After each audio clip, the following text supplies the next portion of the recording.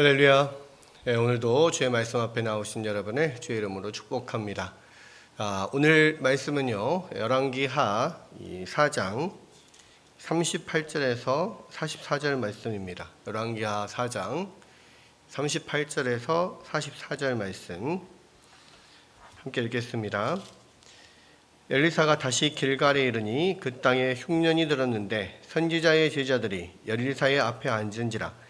엘리사가 자기 사환에게 이르되 큰 솥을 걸고 선지자의 제자들을 위하여 국을 끓이라 하매 한 사람이 채소를 캐러 들에 나가 들포도 덩굴을 만나 거기에서 들호박을 따서 옷자락에 채워가지고 돌아와 썰어 국 끓이는 솥에 넣되 그들은 무엇인지 알지 못한지라. 이에 퍼다가 무리에게 주어 먹게 하였더니 무리가 국을 먹다가 그들이 외쳐 이르되 하나님의 사람이여 솥에 죽음의 독이 있나이다 하고 능히 먹지 못하는지라. 엘리사가 이르되 그러면 가루를 가져오라 하여 솥에 던지고 이르되 퍼다가 무리에게 주어 먹게 하라 하매 이에 솥 가운데 독이 없어지니라. 한 사람이 바알 살리사에서부터 와서 처음 만든 떡 곧 보리떡 20개와 또 자루에 담은 채소를 하나님의 사람에게 드린지라. 그가 이르되 무리에게 주어 먹게 하라. 그 사환이 이르되 내가 어찌 이것을 100명에게 주겠나이까 하나. 엘리사는 또 이르되 무리에게 주어 먹게 하라. 여호와의 말씀이 그들이 먹고 남으리라 하셨느니라. 그가 그들 앞에 주었더니 여호와께서 말씀하신 대로 먹고 남았더라. 아멘. 열왕기하 4장에는 이 엘리사가 이 선지자의 제자들에게 또는 하나님을 섬기는 또는 사람들에게 베푸는 여러 가지 소소한 기적들이 기록이 되어 있습니다. 특별히 오늘 읽은 이 두 사건은 이 선지자의 제자들의 먹을 것에 관한 이야기, 이게 이제 기록이 되어 있는데요. 먼저 두 사건이 나오죠. 첫 번째 38절에서 41절까지는 엘리사가 다시 길갈에 이르니 그 땅에 흉년이 들었는데 선지자의 제자들이 엘리사의 앞에 앉은지라. 엘리사가 자기 사원에게 이르되 큰 솥을 걸고 선지자의 제자들을 위하여 국을 끓이라 하매 되어 있죠.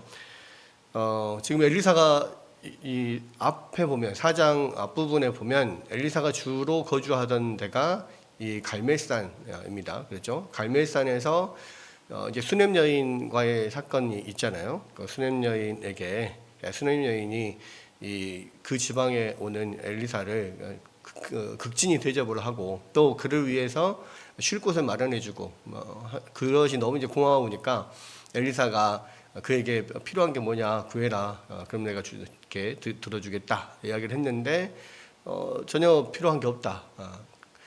그런 상황에서 사환인 게하시가 이 집에 다 좋은데 애가 없습니다. 남편은 늙었고 이 여자에게는 애가 없습니다. 그래서 이 엘리사가 그러면 다시 불러와라 해가지고 내년 이맘때쯤 너에게 아이가 있을 것이다. 그렇게 예언을 하고 그 예언대로 아이가 태어나죠. 그런데 그 아이가 자라서 이제 뭐 어느 정도 나이를 먹었을 때 아마도 한 취향 연령쯤 됐지 않았을까, 7살 되지 않았을까 싶은데 이 밭에 추수하고 있는 아버지한테 갔다가 돌아와가지고 머리가 아프다고 그러고 있다가 엄마의 무릎에 앉아 있다가 죽잖아요. 그것 때문에 이제 이 수넴 여인이 급히 갈멜산에 있는 엘리사를 찾아가서 또 엘리사가 와가지고 그 아이를 살려내고 이런 일들이 있었습니다. 그 사건 이후에 이제 수넴에 있다가 이제 수넴에서 이 갈멜산까지는 상당히 거리가 멀죠. 갈멜산은 이 지중해 쪽에 있고 수넴은 이제 더 동쪽으로 들어와가지고 그런 유대 산지로부터 시작해서 쭉 그 동쪽이 마치 우리나라의 태백산맥처럼 이렇게 상하로 길게 산맥들이 있거든요. 그러니까 그 에브라임 산지 쪽으로 가는 또는 거기 수넴이 이제 그 갈릴리 호수 남쪽이니까요. 약간 에브라임보다 훨씬 북쪽이죠. 어쨌든 그쪽 산자락인데 그 수넴에 있다가 이제 길갈로 내려옵니다. 길갈은 여리고 바로 위쪽에 있거든요. 그러니까 이 수넴은 갈릴리 호수 약간 남쪽에 있고 그 갈릴리에서 요단강이 쭉 내려오면 이제 사해가 시작이 되잖아요. 이 사해가 시작되는 부분에 저 여리고나 그 길갈이 있습니다. 그러니까 이제 이 갈릴리 호수 쪽에 호수 밑에 있는 수넴에서 내려와 가지고 이 사해 북쪽에 있는 길갈로 이제 내려오는 건데 이 길갈이 이제 그 앞에서도 보면 이 선지자의 제자들이 있는 곳이 길갈이죠. 그래서 이제 길갈, 여리고 그리고 베델 이렇게 이제 세 군데가 주로 선지자의 제자들이 있던 곳이죠. 엘리야 때부터 시작해서. 근데 이제 이 길갈로 내려옵니다. 길갈에 보니까 이 선지자의 제자들이 있어요. 근데 이 길갈에 이르니까 그 땅에 흉년이 들었다 그랬습니다. 아마도 이제 북이스라엘 전체가 흉년이 들어 있었던 것 같고 특히 이제 길갈은 더 흉년이 심했던 것 같아요. 근데 이 흉년이라고 하는 것이 지금 엘리야 때도 이 아합 왕 때죠. 그러니까 여호와를 떠나서 유상 숭배를 하는 그 아합 왕과 이스라엘 백성들에게 하나님께서 정말 징계로 주시는 것이 그 흉년이었잖아요. 모든 흉년이 다 그런 것은 아닙니다만은 특히 지금 이 땅은 비가 오냐 안 오냐에 따라서 흉년이 들고 풍년이 들고 합니다. 땅은 질이 좋지만 비가 적은 곳이기 때문에 비가 좀 안 온다 하면 흉년이 드는 거예요. 그러니까 지금 이때 여기도 비가 지금 안 오고 있는 그런 상황인 거죠. 그리고 이 아합 왕 때 큰 3년 동안이나 그런 흉년이 있었잖아요. 지금도 이 흉년이 들었다고 하는 것은 여전히 이스라엘 백성들이 하나님을 떠나서 이 하나님을 섬기지 않고 우상 숭배를 하고 있는 그런 가운데 또 하나님의 징계로 지금 주어지는 흉년이다 이렇게 생각할 수가 있는데요. 그러나 이제 이게 그 땅 전체가 그렇게 하나님을 떠나 있을 때 그 안에서도 소수의 하나님의 사람들이 있잖아요. 하나님의 사람들 또 선지자의 제자들 이런 사람들이 있는데 하나님을 섬기는 사람들이 있는데 그럼에도 불구하고 하나님께서 그곳에 어떤 그러한 하나님의 어떤 징계가 임하고 그렇게 이제 흉년이 임하면 그 가운데서 있는 하나님을 잘 섬기는 사람들에게도 여파가 올 수밖에 없는 거예요. 그래서 여기 선지자의 제자들이지만 똑같이 그 흉년의 고통을 지금 당하고 있는 그런 상황입니다. 그랬을 때 또 하나님께서 이 엘리사를 보내셔서 그곳에 있는 선지자의 제자들을 또 그 흉년 가운데서도 굶주린 가운데서도 그들에게 도움의 손길 또 은혜의 손길을 이렇게 보내주시는 그런 면들을 지금 이야기를 하고 있는 거죠. 그래서 이제 엘리사가 가자 그 사람들이 이제 다 엘리사 앞에 모여 앉았는데 워낙에 흉년이 들어서 이 사람들이 많이 굶었을 거 아닙니까? 그러니까 엘리사가 가장 먼저 뭘 하냐? 하나님의 말씀을 먼저 베푸는 게 아니고 먼저 그들에게 먹을 것을 제공을 합니다.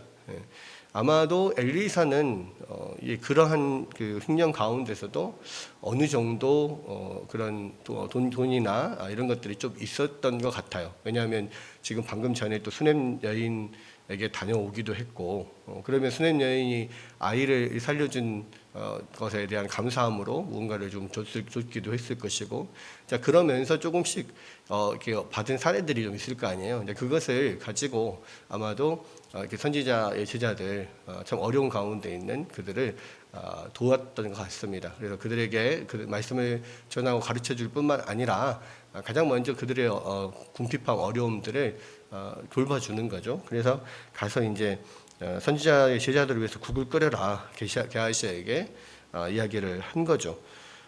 그런데 국을 한참 끓이고 있는데 수가 굉장히 많아요. 뒤에 보면은 뭐 100명이 넘는 사람들이라고 이제 이야기 나오잖아요.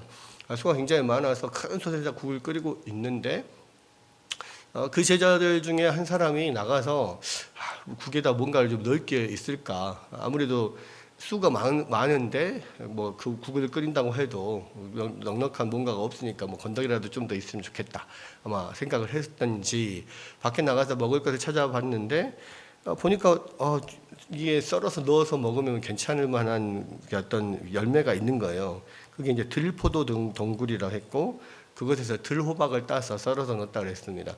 근데 이제 들호박이 먹을 수 있는 그런 게 아니었던가 봐요. 뭐 지금 이 들호박 종류가 어떤 건지 모르겠습니다. 근데 사람이 먹을 수 있는 게 아닌 뭐 그런 종류의 것들이었던 것 같아요.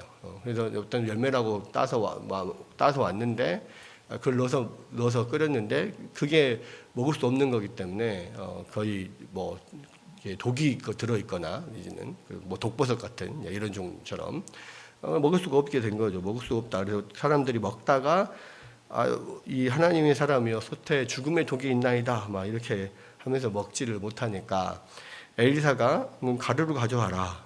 그래서 그 가루를 던져 넣으면 괜찮을 거다 하고 다시 먹게 하니까 그 독이 없어져서 먹었다. 뭐 이런 내용입니다.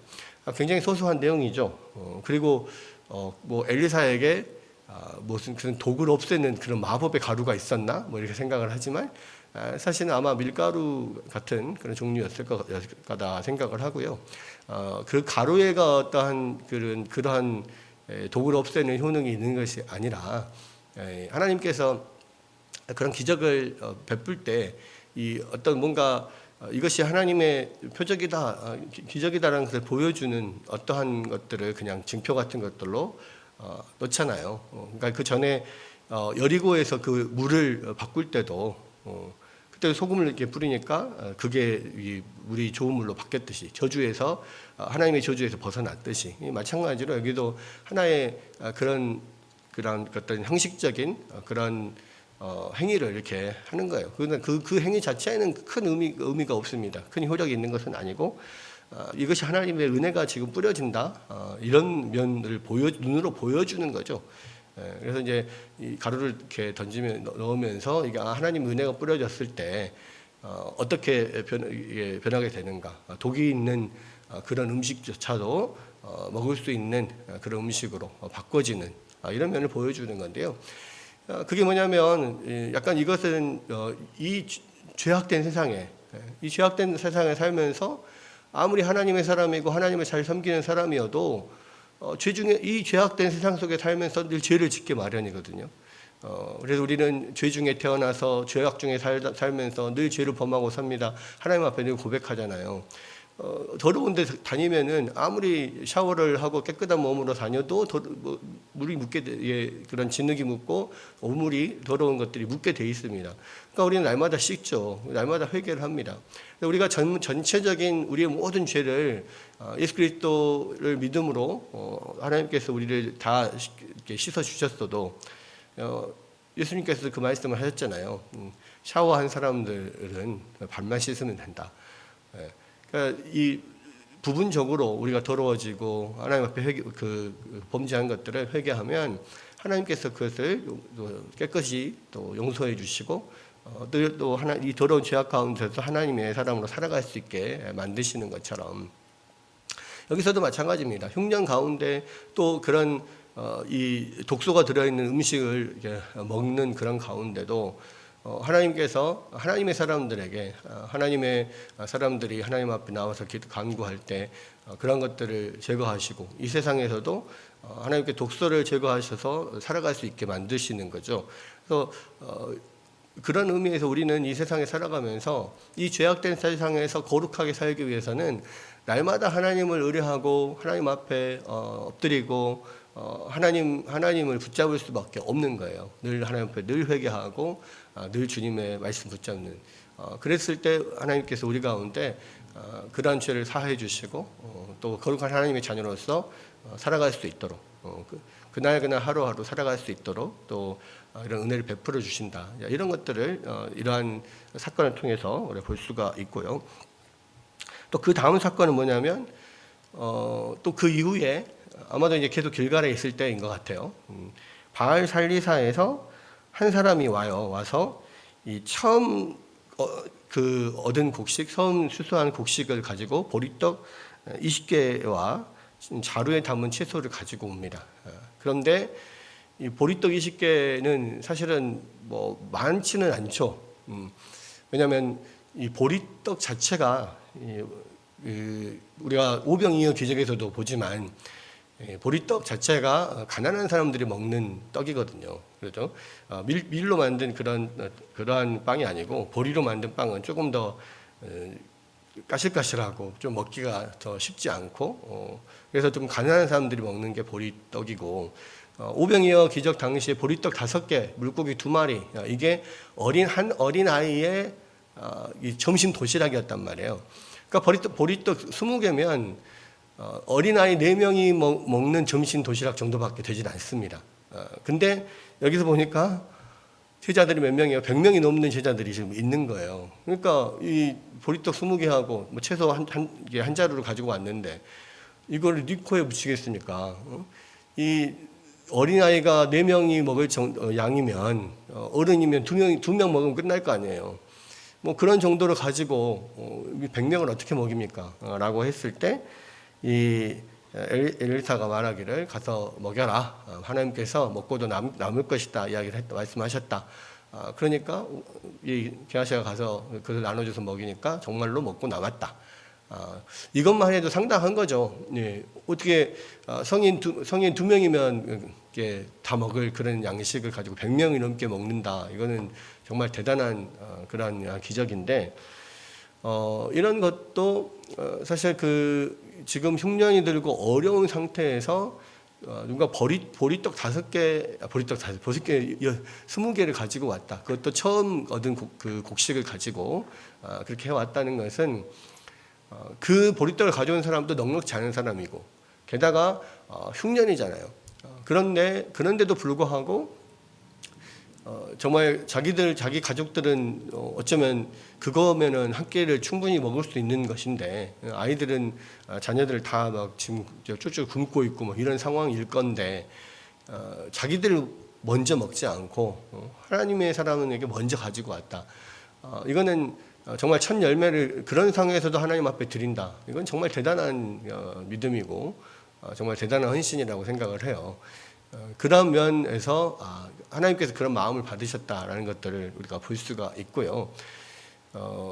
한편으로는 그렇습니다. 그러니까 우리는 늘 하나님 앞에 이런 첫 열매를 드리거나 11조를 드릴 때 많은 경우에 나도 지금 힘든데 나도 지금 먹고 살기 힘든데 뭐 소득이 있어야지 뭐 11조를 넣든지 헌금을 넣든지 뭘 하든지 하지 이런 식으로 생각하는 경우가 많아요.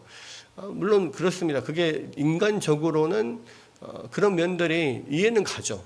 이해는 가지만 그러나 그것이 과연 하나님께서 원하시는 거냐, 성경에서 말하는 거냐, 아니요, 이 흉년이 들었든 뭐 아무리 우리가 어렵든 우리가 먹고 살기는 하거든요. 어떻게든 살아 있거든요.